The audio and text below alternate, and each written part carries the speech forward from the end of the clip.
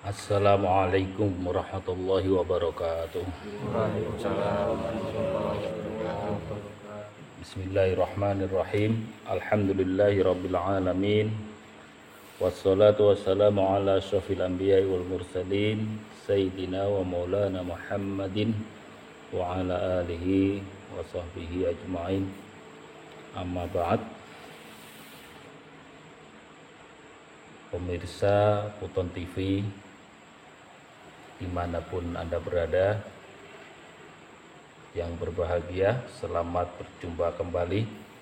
Lama sekali kami tidak mengudara, sejak bulan Mei sampai sekarang baru kami akan menyampaikan yang berkenaan dengan konten kami, fokus pada petunjuk akhir zaman ataupun hidayah akhir zaman.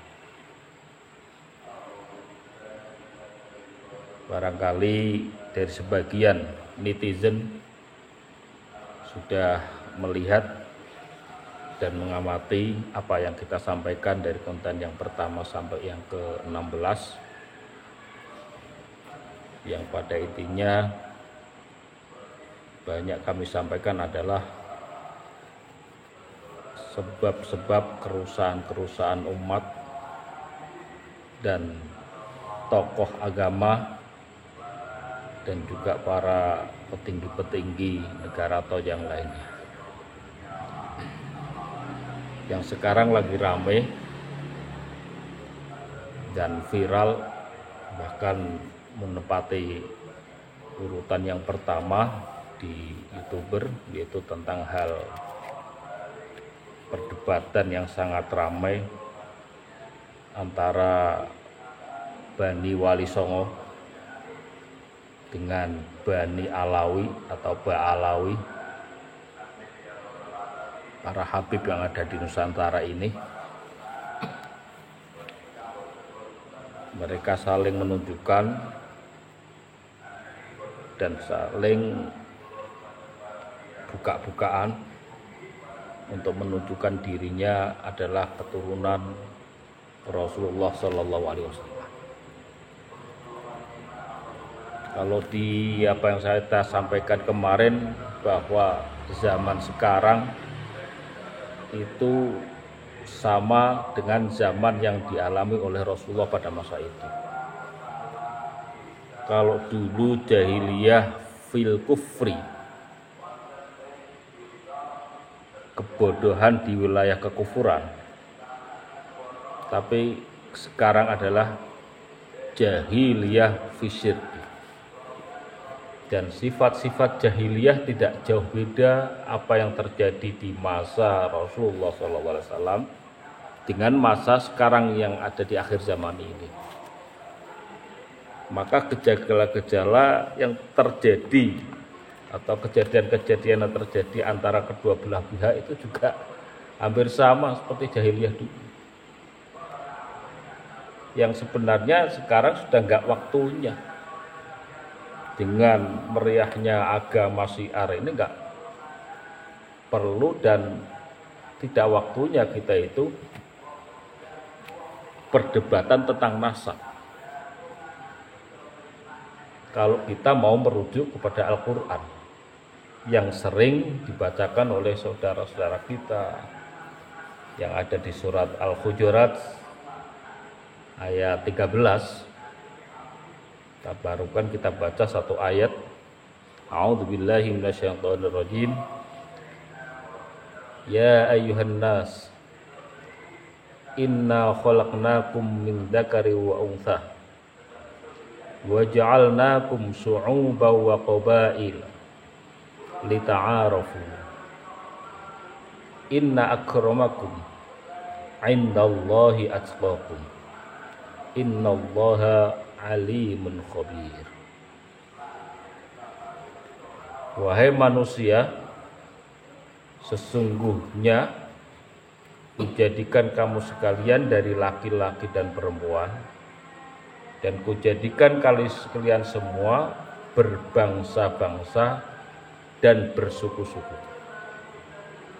Taklilnya lita'arrafu, supaya bisa saling mengenal. Di ayat ini yang paling pas mempraktekkan ayat ini setelah Rasulullah SAW mempersatukan bangsa Arab, yang paling pas adalah Indonesia NKRI ini. Dari berbagai suku, berbagai bangsa, berbagai agama, berbagai bahasa bisa disatukan menjadi satu untuk saling mengenal, yaitu dengan diawali Sumpah Pemuda dan puncaknya adalah lahirnya 17 Agustus 1945 dengan Negara Kesatuan Republik Indonesia. Ini yang praktek paling besar. Lita'aruf, sehingga masing-masing suku bangsa saling mengenal, masing-masing orang yang berbeda bahasa saling mengenal, berbeda agama saling mengenal. Nah, gejala sekarang itu aneh. Para habaib yang doktrin dirinya keturunan Rasulullah dengan para cucu-cucu Wali Songo yang juga dari keilmuannya keturunan Rasulullah, kok saling berbenturan, menjatuhkan satu sama lainnya. Ini tandanya nggak mengenal. Dari keturunan Rasulullah juga tidak mengenal mereka, mereka pun tidak mengenal Nusantara. Jangan-jangan bukan hanya tidak mengenal yang lain, mungkin juga tidak mengenal dirinya. Ini. Padahal standarnya sudah jelas, inna akramakum indallahi atqakum. Yang paling mulia di antara kalian menurut Allah adalah orang-orang yang takwa di antara kalian semua. Atqakum, orang-orang yang takwanya kalian semua. Itu yang mulia standarnya, bukan nasab. Nah, kalau sekarang mempergunakan nasab sebagai alat kemuliaan, ya ini yang namanya jahiliyah. Sadar standarnya atqakum. Lah, untuk menciptakan atqakum, takwa ini bukan hal yang mudah.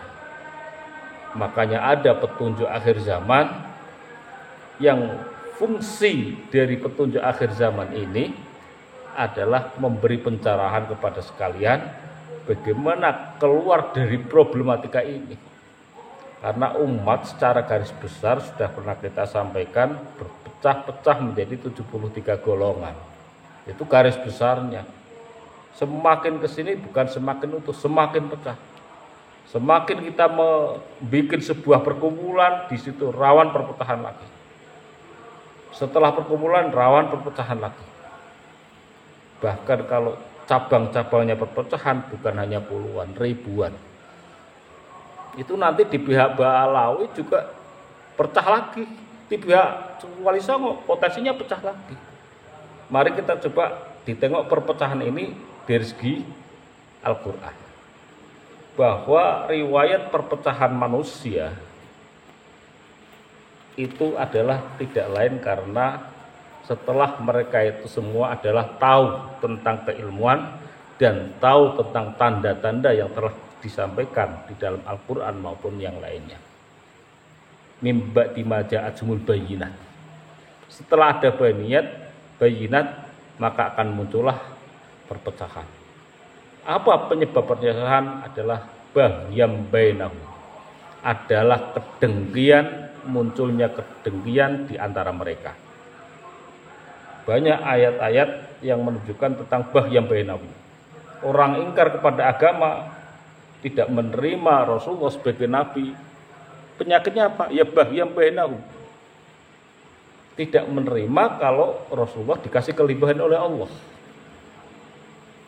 Sama juga di sini kejadiannya sama. Kita kembali Al-Quran adalah bahyam bainahum. Solusi kita sebagai sesama orang mukmin, sesama bangsa Indonesia, kami mengajak, ayo kita selamatkan diri kita dari unsur yang sudah dicap negatif oleh Allah, yaitu bahyam bainahum, kedengkian di antara mereka. Apa benar kita akan mengingatkan saudara kita? Apa karena kita dengki? Apa benar kita tidak menerima kebenaran yang disampaikan saudara mereka? Kenapa tidak menerima? Apakah itu sebab karena dengki? Nah, kedengkian itu adalah penyakit tertua di diri manusia, dengki. Karena iri yang ditumpangi hawa nafsu menjadi hasud dan dengki.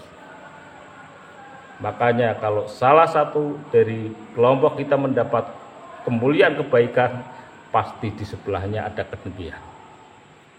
Itu sudah menjadi kudrat Allah dan ketentuan Allah. Kalau sudah jadi ketentuan, kita sebagai manusia hamba yang dikasih akal, dikasih hati nurani, mari kita selamatkan diri kita, keluarga kita dari unsur kedengkian. Di mana kedengkian akan muncul? Di dalam hati manusia. Kenapa hati manusia ada sebuah kedengkian? Katanya orang beriman kok ada dengkinya. Ya karena imannya tercabut. Kok bisa iman tercabut padahal masih tetap Islam? Bisa. Karena tempatnya iman itu di jiwa manusia, di hati manusia, di batin manusia, di sukma manusia. Kalau iman yang ada di batin manusia, sukma manusia, mestinya ada imannya. Nah kalau tempatnya sudah tidak dikuasai oleh cahaya iman, tentunya akan dikuasai kegelapan. Dari mana asal kegelapan? Ya sirik menyekutukan kepada Allah, inilah awal dari kegelapan. Maka kalau ingin keluar dari permasalahan bahyam bainahum secara personal maupun golongan untuk keluarga kita, yaitu ini yang banyak beredar diantaranya gegernya para makam-makam wali. Selalu kalau udah meninggal sekian ratus tahun jadi wali. Kok nggak dulu jadi wali? Kemudian kalau jadi wali kuburannya bukan hanya satu, di sana ada, di sini ada, di sana ada, di sini ada. Apa benar wali-wali itu ada? Di Al-Quran jelas kalau yang menerangkan tentang wali yang punya sifat la khaufun alaihim wala hum yahzanun, tidak dikuasai rasa takut dan tidak dikuasai oleh rasa susah. Susah ada tapi tidak dikuasai. Takut ada tapi tidak dikuasai traumanya takut. Nah itu jelas, itu ada pada surat Al-Baqarah yang juga pernah kami sampaikan ayat itu di Quran yang lalu. Allahu waliyul mu'minin. Allahu waliyul mu'minin. Gusti Allah itu menguasai dadanya orang mukmin. Cahaya iman Allah, cahaya Allah itu menguasai dadanya orang mukmin. Allahu waliyul ladzina amanu. Allahu waliyul ladzina amanu. Allah menguasai dadanya orang-orang mukmin. Orang yang beriman itu dadanya dikuasai Allah, dikuasai cahaya Allah. Kenapa itu terjadi? Ya karena sukmanya benar ada di situ. Makanya sukma sebagai tempat iman. Nah kalau sukma sebagai tempat iman kemudian dikuasai dengan cahaya Allah, Allahu nurus samawati wal ard, ya akan tentu nanti akan muncul yang namanya yukhrijuhum minadz-dzulumati ilan nur. Akan muncul mengeluarkan dari kegelapan hati kita selama ini kepada cahaya terang benderang. Adakah kita sudah di sini? Kita sampaikan di konten yang lalu dengan jelas, gamblang dan luas yang mungkin itu tidak disangka-sangka. Apakah benar yang saya sampaikan kemarin? Bahwa ketika orang itu melakukan keilmuan, melakukan pemujaan, melakukan aurat-aurat yang dorongannya adalah hawa nafsu, dendam, dengki dan lain sebagainya, apakah benar yang datang itu malaikat? Nah dari keilmuan itu yang datang menguasai dada kita bukan malaikat, itu iblis, setan. Nah, kalau setan yang datang, prosesnya sukma Anda dikuasai oleh setan, diambil, diganti dengan sukma iblis. Lah kalau itu yang terjadi sehingga banyak keramat yang muncul dari tokoh yang melakukan ritual-ritual di luar konteks kesunahan baginda Rasulullah SAW dengan tujuan niat-niat yang patut dipertanyakan, yang kemudian dengan kehebatannya dikultus para jamaahnya, para muhibinnya sebagai wali. Ini perlu kita pertanyakan, apa wali beneran? Karena di ayat ini ada wali Allah, alladzina amanu, ada walladzina kafaru auliya'umut taghut. Orang-orang kafir itu dikuasai oleh setan iblis. Makanya gejolak makom itu malah justru akan menimbulkan permasalahan. Padahal yang dikubur di sana belum tentu senang. Dikatakan di sini wali, di kholi, di sana ternyata ada masalah yang sangat besar berkenaan dengan syirik di hadapan Allah Subhanahu wa taala. Para muhibin, para anak cucu, para santri yang mengkultuskan bukan hanya memperberat permasalahan beliau di hadapan Allah Subhanahu wa taala. Makanya batas saja ziarah kubur apa? Mendoakan kepada ahli kubur mudah-mudahan diampuni oleh Allah. Jangan niat yang macam-macam, belum tentu mereka itu di sana cukup bahagia. Kalau lihat sejarah dari perilaku kehidupannya. Makanya wali itu enggak ada. Uang wali sebenarnya ya orang yang dadanya dikuasai nur Allah, itulah orang yang beriman. Nah, orang yang melenceng itulah orang syirik meskipun dohirnya dikatakan orang beriman, ulama. Ya, sebenarnya mereka bukan orang-orang beriman, itu versi dari Al-Quran yang telah disampaikan oleh Allah. Makanya terjadinya mengunggulkan nasab, ya udah gak zamannya, itu jahiliyah. Mari kita mengajak kepada semua pihak, baik di kalangan ulama, cendekiawan, pejabat ataupun tokoh-tokoh organisasi yang besar di Nusantara ini, coba Anda periksa, Anda itu wali apa belum? Bukan. Anda itu dadanya dikuasai nur Allah atau dikuasai oleh setan iblis yang kadang-kadang memfitnah menyerupai malaikat. Coba diperiksa. Karena bangsa ini bisa selesai hanya dengan kembali kepada iman dan takwa. Iman akan diterima dengan benar-benar itu dianggap iman oleh Allah kalau jauh dan bersih dari syirik, penguasaan kegelapan. Solusinya kami tawarkan, bukan hanya kami tawarkan, kami mengajak kepada saudara-saudara kami yang ada di Nusantara, baik para ulama, tokoh agama, ataupun orang yang ditokohkan di organisasi besar di Indonesia ini, kami siap dan kepingin kalau panjenengan kabeh niku bertobat. Kalau Anda bertobat sendiri, kami jamin nggak akan mampu. Anda keluar dari zona penguasaan kegelapan pada diri Anda. Anda tetap butuh pada orang lain. Dan orang lain yang Anda butuhkan bukan sembarang orang Anda bisa. Anda sendiri nggak bisa datang kepada seorang tokoh agama, belum tentu bisa. Karena itu bagian daripada syafaat menyelesaikan problematika iman, penguasaan kegelapan yang ada pada dada orang-orang yang syirik. Hanya biidzni mangdalladzi yasfa'u indahu illa biidzni, tidak akan bisa mensyafaati kepada manusia kecuali orang-orang yang diizinkan. Maka sekali lagi kami mengajak, menawarkan solusi.